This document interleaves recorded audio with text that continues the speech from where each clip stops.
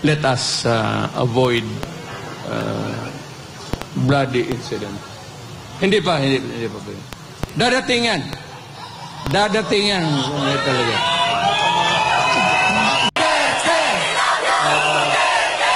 Mga kababayan kong Pilipino,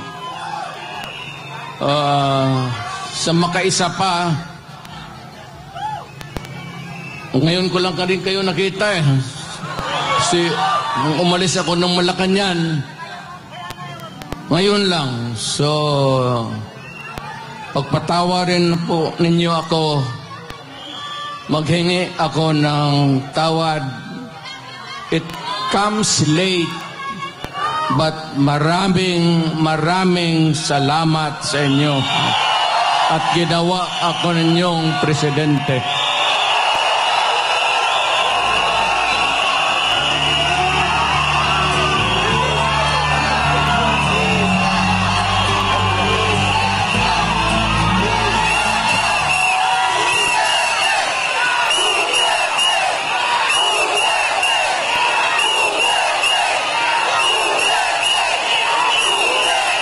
Ang pinuntahan ko dito, nandoon naman ako sa Davao.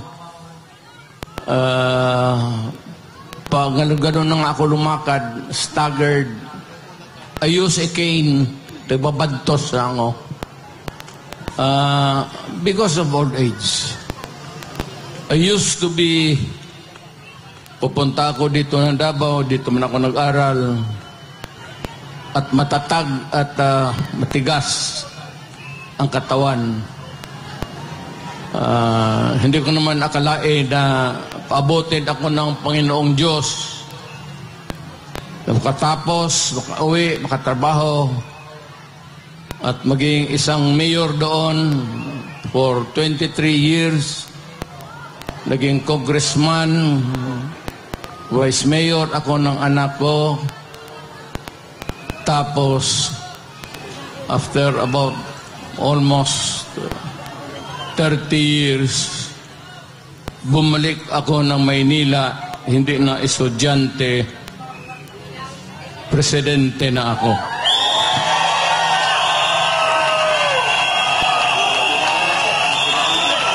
Itong ibigay ko sa inyo, maliit ito na bagay. Pwede ninyong itapon ito pagkatapos. Tapon mo lang sa isip mo. Pero pagdating ng panahon, nakikiusap ako sa inyo, nakaluhod, na huwag ninyong kalimutan, ito ay legal.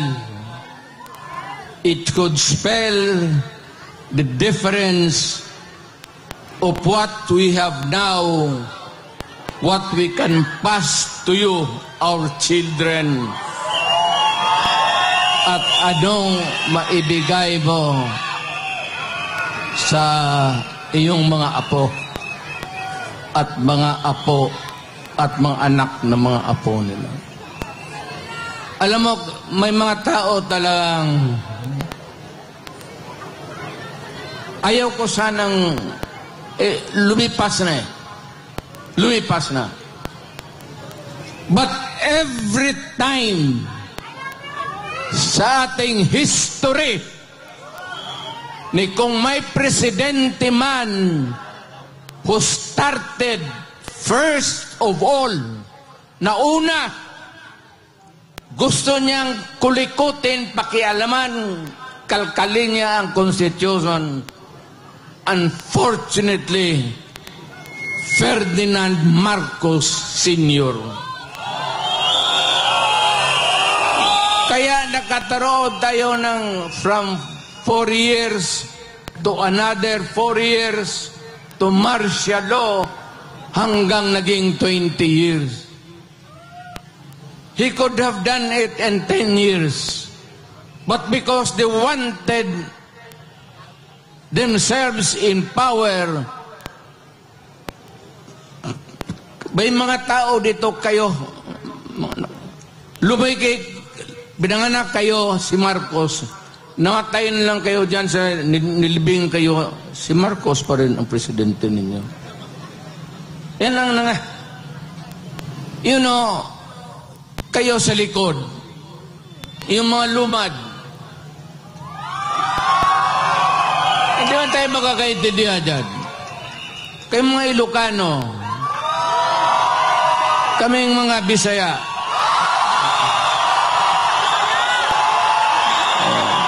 mga Waray,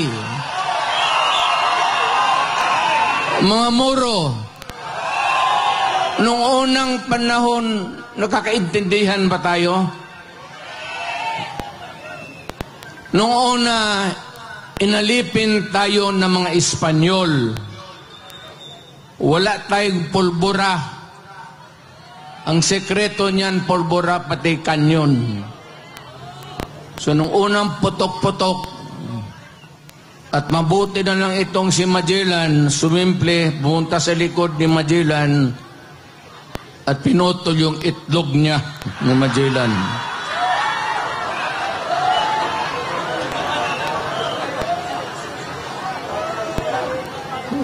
Kaya nung naging presidente ako, totoo yan, kayo, lahat man tayo Pilipino. Tingin-tingin ako dyan sa mga stamps. Jose Rizal, Bonifacio, Apolinario Mabini, si Jacinto, Marcelo H. del Pilar. Okay yan sila. Naririnig na natin noon sa mga lulo ko na ito mga mahusay ng tao. Pero nung nagpapalaki ako ng palaki, bakit puro Tagalog ito, mga Ilocano? Sabi ko, wala ba tayong Bisaya na hero?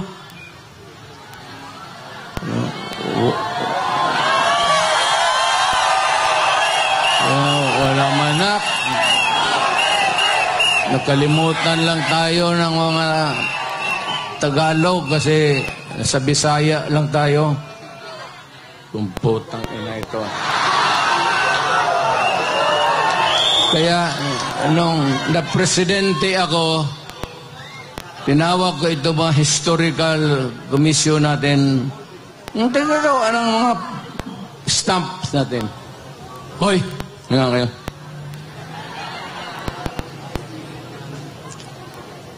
Kami bang mga Bisaya? Sino ang hero namin?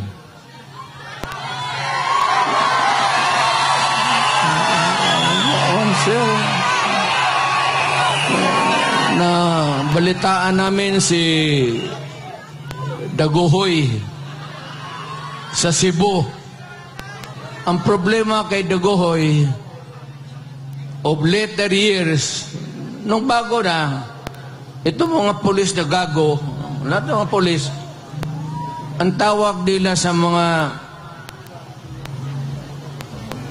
ganon, Daguhoy.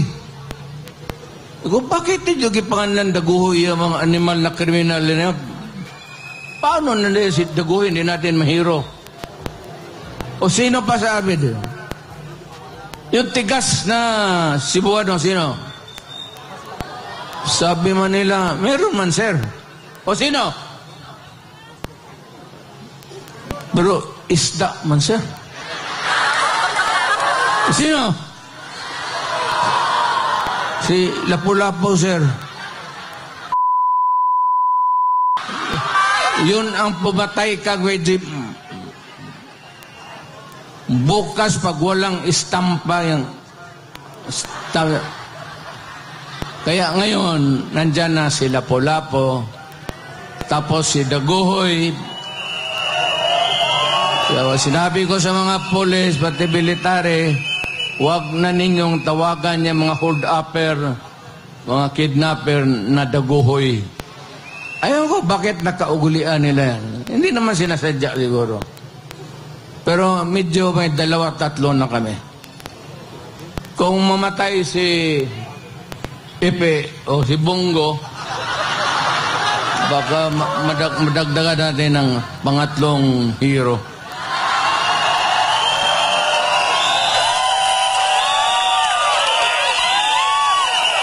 Ito lang, hindi ko na lang habain, ha.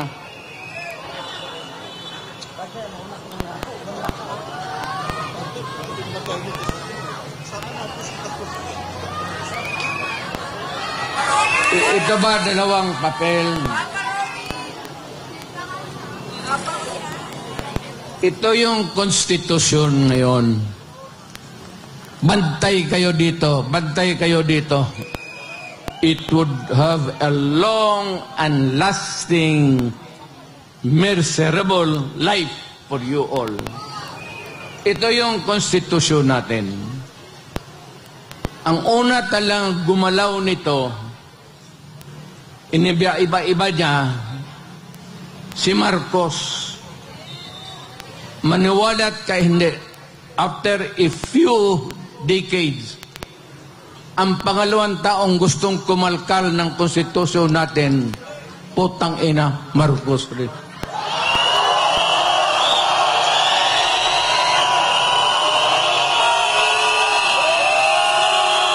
Ano ang dahilan? Gusto lang nilang ito. Sabi man itong mga putang ina, naging congressman rin ako. Sabi nila, ito lang mga provision, edukasyon, papasukin natin yung mga lahat, Princeton, kung ano yung maganda. Okay naman tayo. Yung UP natin, hindi naman matatalo. Education, advertisement.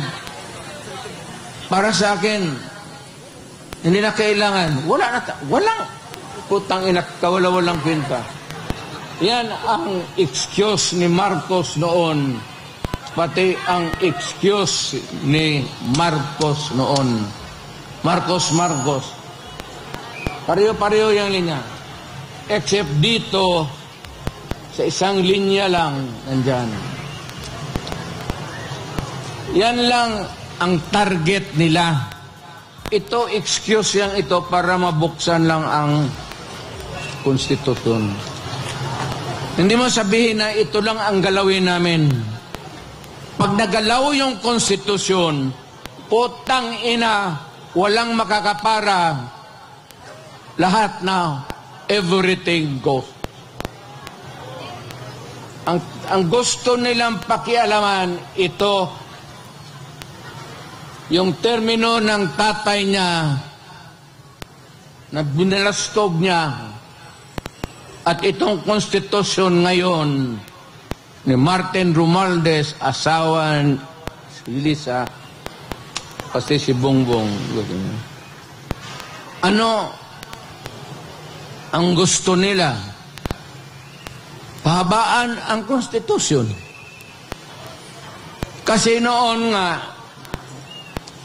nilampastagan ni Marcos, napaalis siya sa Pilipinas, sinauli yung original. Pero, ginawang original, pero ang ginawa, one term lang ang president. 6 years, walang re-election. Kagaya sa akin. Yung konstitusyon na inabot, under which Marcos was elected, ganon rin. One term, 6 years. Ito, excuses na lang ito. Kagaya nito ni Marcos rin noon sa tatay niya. Ang puntarya talaga nila, ito, dito, ito. Yung term extension. Noon po.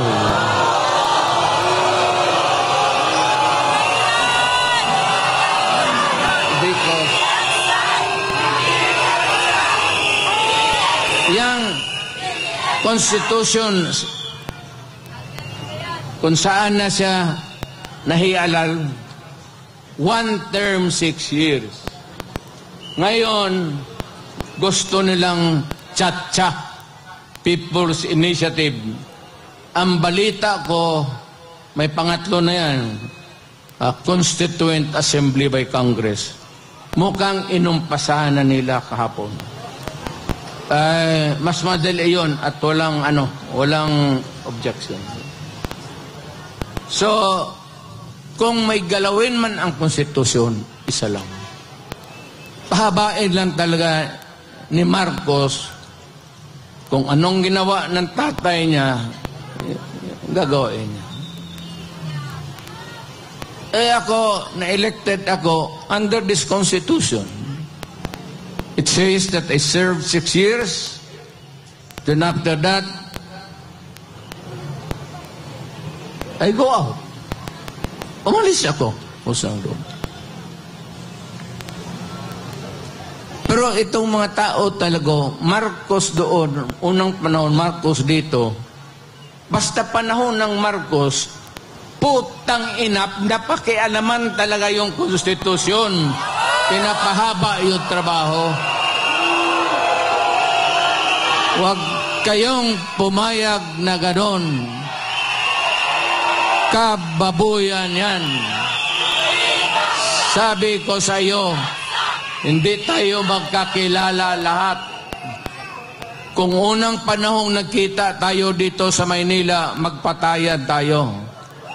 Ilocano ka, Batanggenyo ako, Bisaya ako, Waray, Buro. But in 1935, yung matatanda natin, yung mga minuno natin, nung binatawan tayo ng Espanyol, ang Espanyol nag-istambay sa Pilipinas ng 400 years.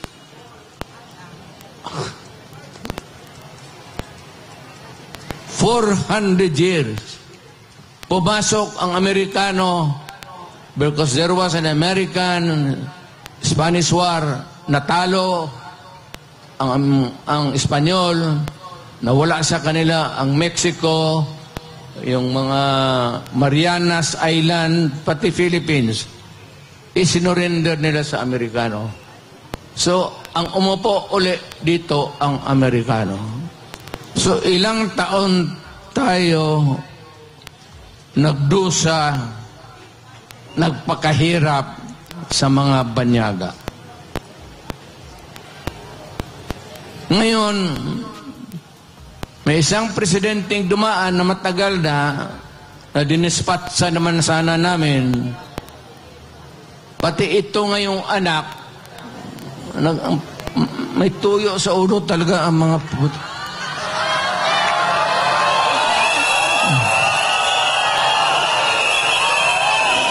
Gusto pahabain. Sila lang naman yan yung gustong mapahabain ang termino nila. Ang Pilipino, lamang interest dyan magpahaba ng termino. Ang Pilipino, ang gusto magpahaba ng utid para papakaligaya kung sino ang gustong paligayahin. Utang ina.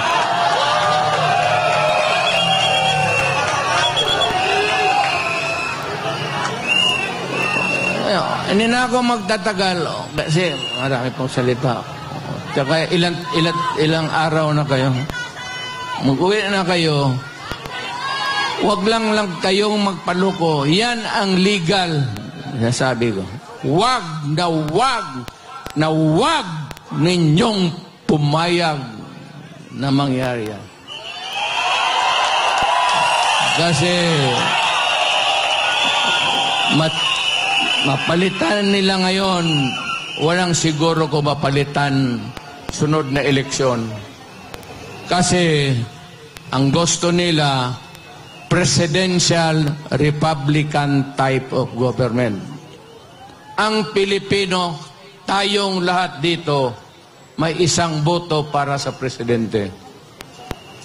Ngayon, ang gusto nila itong Congress, tutunawin nila, gawain nilang parliament. Ang magboto sa presidente o prime minister, ang tawag na dyan hindi presidente, prime minister na, ang mga assemblyman o kaya yung mga congressman ngayon, hindi na kayo makaboto. Nada. Philippines. No more. Kaya huwag kayong pabayag. Baski na matunaw na yung mga kamay ninyo. Sabihin ninyo doon sa kapitbahay ninyo, putang ina ka, pag pumirma ka niyan, papatayin kita. Patayin na lang, magpatayan na lang tayo dito lahat. Huwag kayong pumayag sa kabalostugan na yan. Masisira ang Pilipino. You would lose your direct vote. Ako gusto ko si Marcos. Ako gusto ko si Ramos. Ito, isang boto ko lang to. Oh. Ito, gusto ko si Villar. Isang boto lang. Pag tinunaw nilang yung konstitusyon ngayon at yung sabi nilang bagong konstitusyon, itutunaw na nila ang lalabas niyan, ang presidente maging prime minister na. At ang mga yung mga congressman ngayon, assemblyman na, wala ng Senate, wala ng House of Representatives. Purnada na tayo. Kung sakali man, itapod lang ninyo ang oras, kung sa anong oras kayo mag-umpisa dito, pagka ganon, well, meron akong ipagbilin sa inyo. Hindi pa naman talaga at saka ako naging presidente. Awang-awa ako sa military. Mababait yan sila. Awang-awa ako sa mga polis. Yung mga polis, maraming gago dyan. Yung iba, pwede nyo yung patayin. Pero sila sa trabaho nila, medyo talagang matino yan sila. I would like to caution you that hindi pa tayo umabot ng critical math na mapunta sa Malacanang. Iwasan nyo muna. Pag-iusap ko lang sa inyo, let us make this rally peaceful in the meantime. Total, hindi naman tayo ginagawa. Wala namang nagkikano sa atin ng polis. Wala. Hindi naman tayo iniistorbo. Kaya mag-demonstration ba tayo? Dito lang muna tayo. Let us not go into the seat of the governing power. Kasi doon may mga national treasures tayo. Kagaya nung una nangyari kay Marcos, napasok ang Malacanang, marami ang nasira. Hindi man kanila yon sa Malacanang. Atin Diyod sa Pilipino. Ano sa Tagalog? Bahandi. Ano bang bahandi? Yung lahat ng sa Malacanang, persa lang ang jackie nila, pati panty. Yang lahat dyan, mga paintings, lahat makita mo, kayamanan ng Pilipino yan. So, huwag muna doon at kung magpunta to doon, huwag natin sirain. Ang huwag ninyo kalabanin ang pulis pati military. Kung pagdating ako ng paagitna, kasi ayaw ko, naging presidente kasi ako, naintindihan ko trabaho nila. Mahal ko ang militar. Mahal ko ang mga pulis.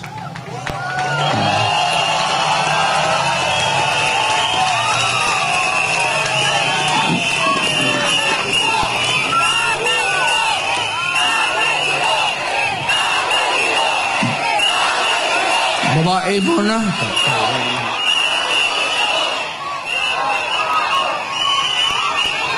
May nakikita kasi ako nung polis, ako nung presidente pa ako na na-assign sa akin, na wala man nung ano ko dito. Pero the one thing that I can contribute really is let us avoid bloody incident. Hindi pa. Dadating yan. Hindi talaga.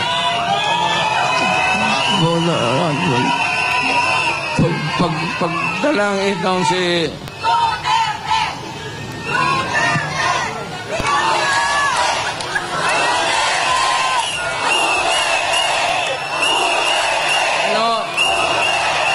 Alam mo, si Marcos, pasyad-pasyad na lang yan.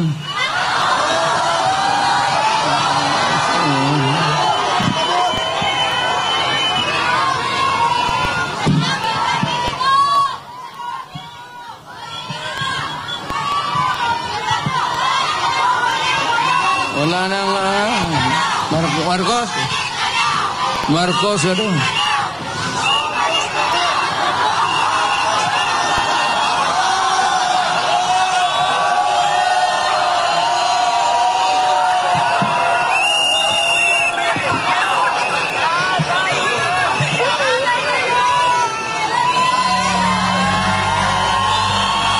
Mahal ko kayong lahat.